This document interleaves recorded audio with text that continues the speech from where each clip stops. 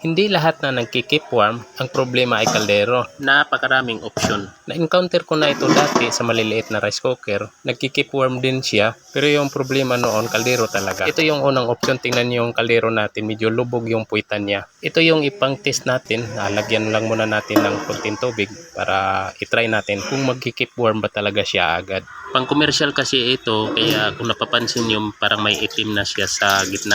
Ibig sabihin gamit na gamit yung kaldero natin. Sa video kong ito, lahat ng option ipapakita ko rito. Yung una ko kasing video, sinabi ko lang na ang daming option. So ito na yun, isa-isahin ko yung option dito para may idea din kayo.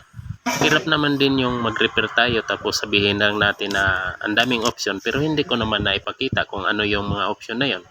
So ito yung unang option. Try muna natin i-cook. Ayan, naka-cook na siya. Antayin lang natin ng ilang segundo kung nagki-keep warm ba talaga siya. Ayun, nagki-keep warm nga. Hindi nga, tingnan nga natin. Hindi pa nga umiinit pero nagki-keep warm na siya agad. Ito yung unang option.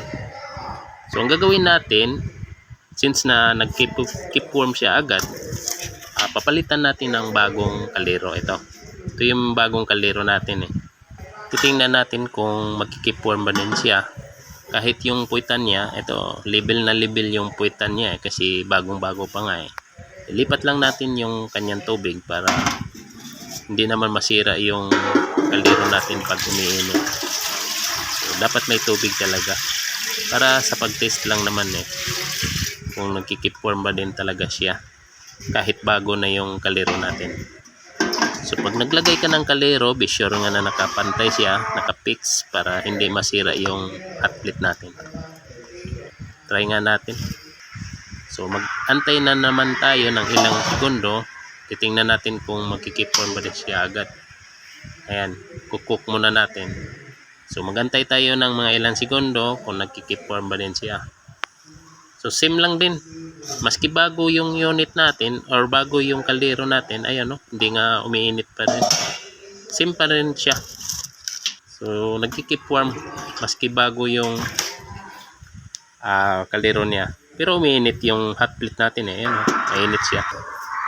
Ibig sabihin, hindi kaldero yung problema niya.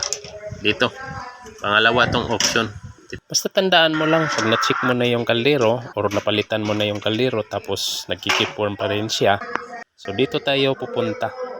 Ito yung isusunod natin pag-check. Ito yung tinatawag na thermostat.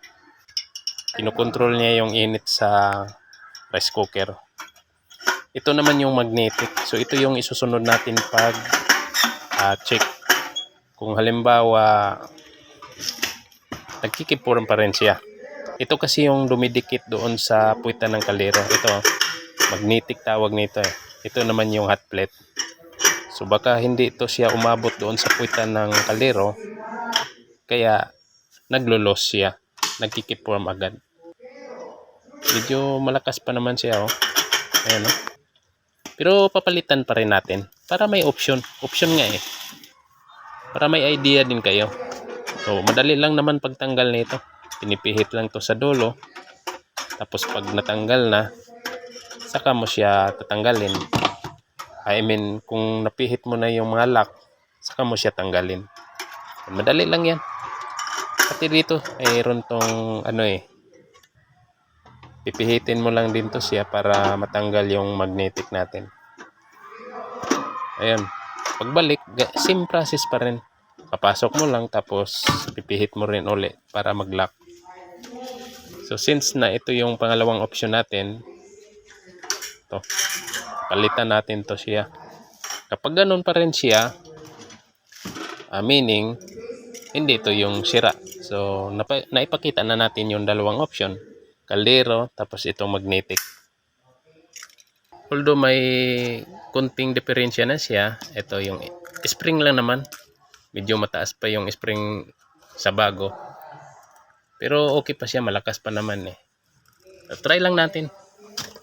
Minsan kasi yung nagki-keep warm, ito rin yung minsan ang problema yung spring magnetic. So try natin para may idea din kayo.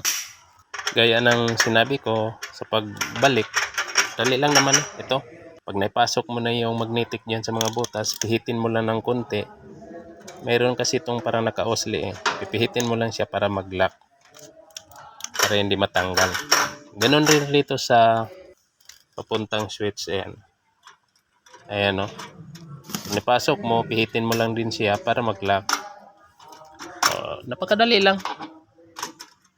Maski hindi ka technician, kayang-kaya mo to eh. Masundan mo lang. Pero sa mga technician, may alam na. Pwede mo na to i-skip yung video ko. So ito, same process pa rin sa ginawa natin nung una sa kaldero. Unahin muna natin tong kanyang kaldero mismo talaga.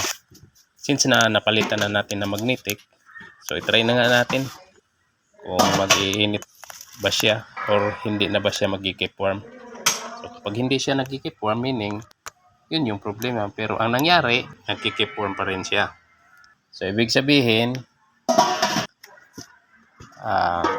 baka hindi nga dito yung may problema na naman. At least, naipakita ko na yung mga option. So, lipat lang natin dito sa bagong kaldero.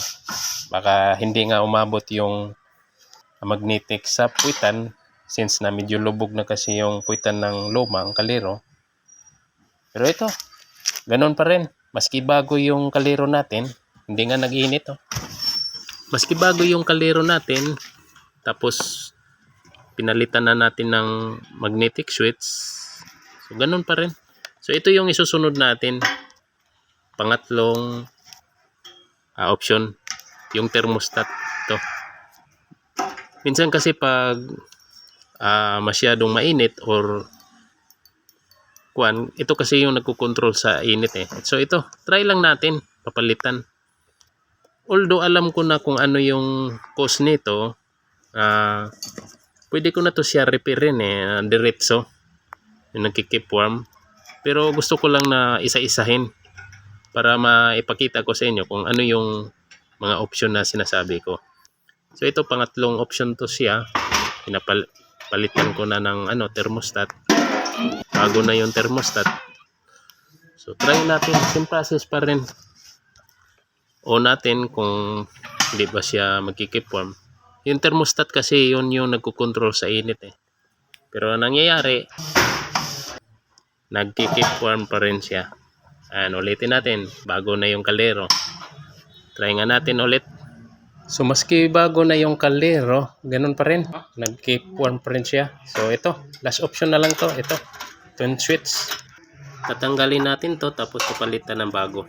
Sa maliliit na rice cooker, mayroon pa ring ibang option. Pero since na malaki yung inayos natin, so ito lang muna.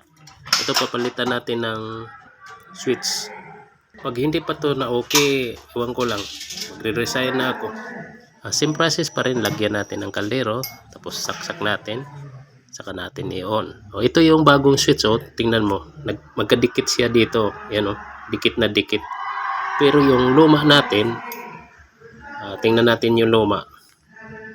Ito, medyo nakadistansya siya. Ito yung luma. Ito yung tinanggal ko doon. Tingnan nyo, umusok na yung natin. Ibig sabihin, kumukulo na. Matingnan nga. Ayun kulong-kulo na. So, ibig sabihin, yun yung problema. Yung init na pala nito. Antayin lang muna natin. Baka mamaya-maya konti mag-keep warm pa siya. Tingnan natin uli. Yun, nakakook pa rin. So, ibig sabihin, yun talagang problema niya. Wala doon sa mga nauna nating tinitingnan. Doon lang sa panglas na option. Ayan kulong-kulo na eh. So, ganun lang kadali. Sana may natutunan naman kayo uli sa video ko. Salamat sa panonood. Happy weekend. God bless you.